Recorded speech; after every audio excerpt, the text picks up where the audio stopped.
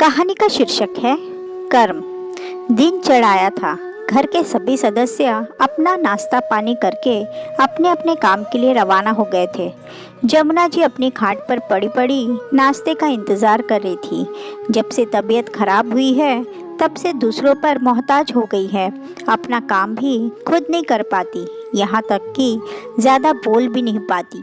इसलिए इंतज़ार करने के अलावा वो कुछ भी नहीं कर सकती। पता नहीं कब राधा आएगी और उन्हें रोटी नसीब होगी। राधा इस घर में काम करने आती है, वही जमुना जी को नहला धुलाकर खाना खिलाकर जाती है, वरना उनकी बहू मीनू तो कमरे में आकर भी नहीं झांकती। तभी दरवाजे की घंटी बजी। उन्हें लगा कि राधा आ गई, लेकिन तभी उनके कमरे में उनकी बेटी सुनीता आ गई। अपनी माँ को देखते ही बोली, अरे माँ, कैसी हो तुम? ये क्या, अभी तक नहाई धोहाई भी नहीं तुम? लगता है राधा अभी तक नहीं आई। जमुना जी ने इशारे से उसकी बात पर सहमति जताई और उसे अपने पास बुलाया। तब इधर उधर देखते हुए सुनीता अपनी माँ के पास आई।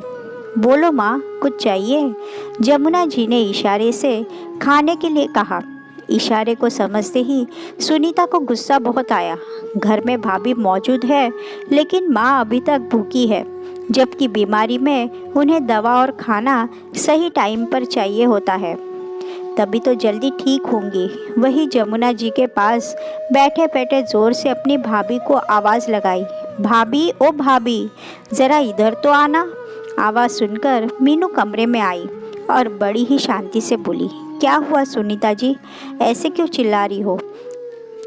उसे इतना शांति से बात करते देखकर सुनीता चिढ़ गई और बोली, ये क्या, अभी तक माँ ना ही नहाई है और ना ही उन्हें अभी तक खाना दिया गया है। उसकी बात सुनकर मीनू बोली, वो राधा अभी तक नहीं आई है। यह सुनकर सुनीता भड़क गई।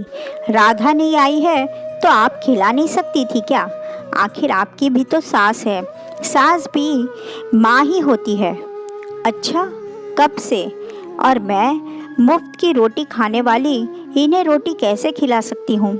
मीनू ने मुस्कुराहट के साथ सुनीता को कहा तो सुनीता झेप गई, पर मीनू ने कोई बहस करना ठीक नहीं समझा और सिर्फ इतना ही कहा, आपकी माँ है तो चिल्लाने की जगह आप कर दीजिए।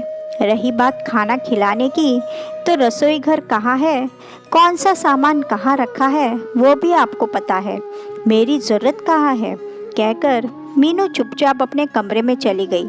सुनीता खुद ही उठी और चुपचाप रसोई में से अपनी माँ के लिए पहले खाना लेकर आई और उन्हें खाना खिलाने लगी। इधर मीनू अपने कमरे में आ गई। कमरे में आने के बाद उसे याद हो आया वो दिन जब वो नीरज की पत्नी बनकर इस घर में आई थी। घर में सास जमुना जी, छोटा बेटा पवन और बेटी सुनीता थी। जमुना जी का स्वभाव बिल्कुल दबंग था। उनके आगे घर में किसी की नहीं चलती थी। उन्हें मीनू सिर्फ काम करती हुई अच्छी लगती थी। उसका आराम करना उन्हें कभी पसंद नहीं आता और उनका साथ देती थी उनकी बेटी सुनीता।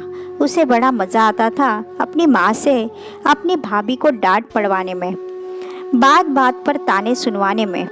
अगर मीनू कभी गलती से कह भी देती कि वह थक गई, तो उसे सुनने को मिल जाता कि तुम्हें घर में कोई मुफ्त की रोटी तोड़ने के लिए थोड़ी ना लाए हैं, चुपचाप से काम करो।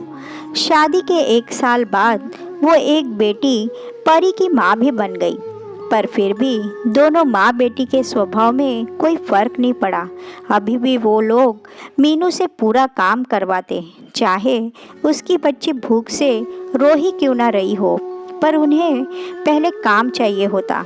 लेकिन मीनू की ज़िंदगी उस समय पूरी तरह से बदल गई जब उसके देवर पवन की शादी पक्की हुई। घर में शादी की तैयारियां चल रही थी, तो जाहिर सी बात है काम बहुत ज़्यादा बढ़ चुका था। उस दिन परी की तबीयत ज़्यादा खराब थी। पिछले कुछ दिनों से उसे बुखार आ जा रहा था।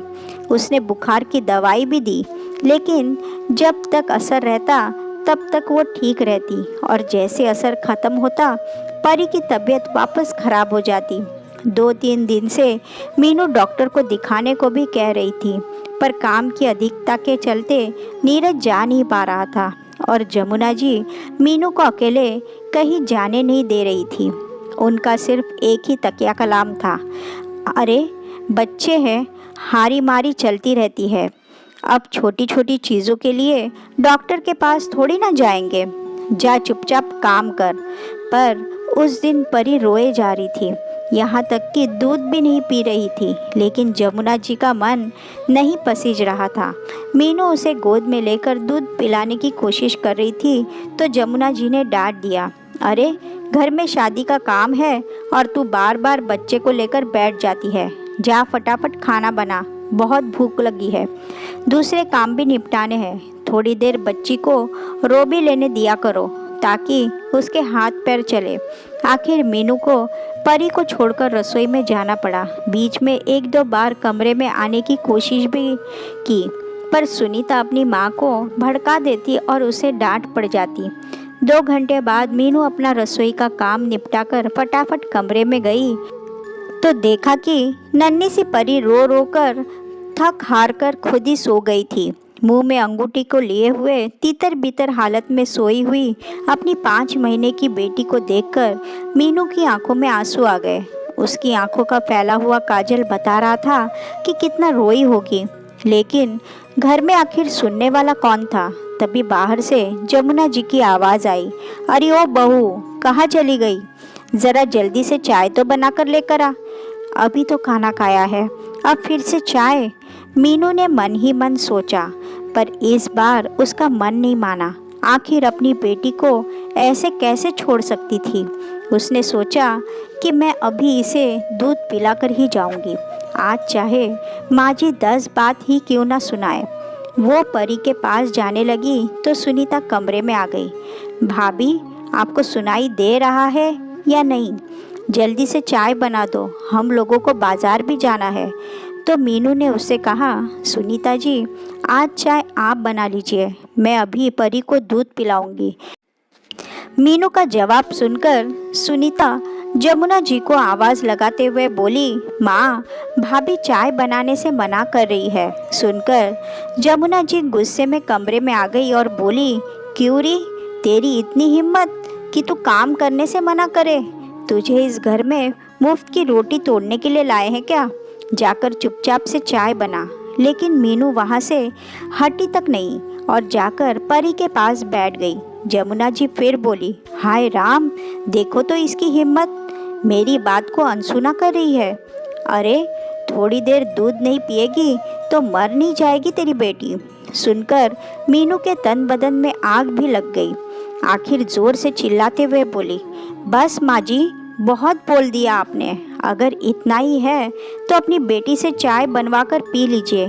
खुद तो खा पी कर बैठे हैं, पर मेरी बच्ची तो भूखी है, मैं उसे और भूखा नहीं रखूंगी। कह दिया बस। इससे पहले जमुना जी कुछ कहती, मीनू ने परी को गोद में लेने के लिए उठाया, लेकिन ये क्या, परी तो कोई हलचल ही नहीं दिखा रही थी। उसने 2-3 बार परी को हिलाया डुलाया भी, लेकिन परी के शरीर में हलचल नज़र ही नहीं आ रही थी। मीनू ज़ोर से चिल्लाई। उसकी आवाज़ सुनकर जमुना जी और सुनीता भी घबरा गई। दोनों भूत बनी खड़ी रह गई, पर उनके कुछ करते न बना। मीनू अपनी बच्ची को गोद में उठाए बदहवासी घर के बाहर की तरफ दौड़ी और पड़ोसियों की मदद से परी को लेकर हॉस्पिटल पहुंची। वहां पता चला कि परी को निमोनिया हो गया है और उसकी हालत क्रिटिकल है। धड़कनें भी काफ़ी कम रह गई है। डॉक्टर्स भी परी को बचाने की कोशिश में लग गए, लेकिन जब तक नीरज और पवन हॉस्पिटल पहुंचे तब तक परी ने दम तोड़ दिया। उस दिन का सदमा ऐसा बैठा कि आज मीनू पूरी तरह से बदल गई। हालांकि इसके बाद वो 2 बार और बच्चों की माँ बनी, लेकिन अपनी उस 5 महीने की मासूम बच्ची का दम तोड़ना वो आज तक नहीं भूली। आज मीनू पूरी तरह से बदल चुकी है। परी की मौत के लिए उसने आज तक जमुना जी और सुनीता को माफ़ नहीं किया। उस हादसे के बाद जमुना जी पवन के साथ ही रहने लगी थी, लेकिन उनकी आदतों के चलते उसकी पत्नी ने उनकी सेवा करने से साफ मना कर दिया। आखिर थक हार कर जमुना जी को नीरज के पास ही आना पड़ा।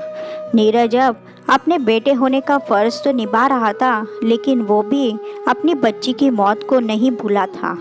इसलिए दोनों पति पत्नी जमुना जी के कमरे में नहीं आते, बल्कि उनकी सेवा के लिए राधा को रख लिया। आखिर करनी का फल जीते जी ही मिलता है, यह बात जमुना जी भी समझ चुकी है। इसलिए वह भी अब ज़्यादा कुछ कह नहीं सकती।